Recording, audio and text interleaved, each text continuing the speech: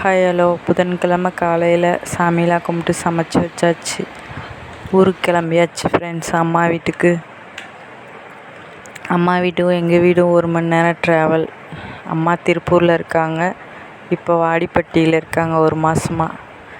சரி போய் 2 நாளில் ஊருக்கு கிளம்பிடுவேன்னு சொன்னாங்க, போய் பார்த்துட்டு வரலாமேன்னு சொல்லிட்டு கிளம்பிட்டோம். இது அம்மா வீட்டு தோட்டம்.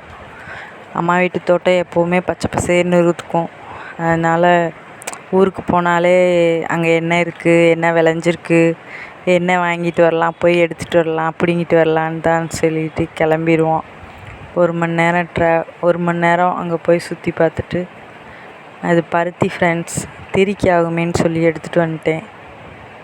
இது அரைக்கீரை, பாலக்கீரை, வாழை மரம், தென்னை மரம் எல்லாமே இருக்குது ஃப்ரெண்ட்ஸ். இது எங்கே பார்த்தாலும் பச்சை பசேன்னு இருக்கிறனால இங்கே ரொம்ப நேரம் இருக்கிறது எனக்கு ரொம்ப பிடிக்கும். வீட்டில் இருக்கிறத விட தோட்டத்துக்கு தான் அதிகமாக ஊருக்கு வந்தால் நான் வந்துடுவேன். மதுரையிலே வீட்டுக்குள்ளேயே இருப்போம், கிராமத்துலேயும் போய் வீட்டுக்குள்ளேயே இருக்க வேண்டாமேன்னு சொல்லிட்டு தோட்டத்துக்கு கிளம்பிடுவேன் ஃப்ரெண்ட்ஸ். இது ஃபுல்லாமே அப்பா வீட்டு தோட்டம்தான்.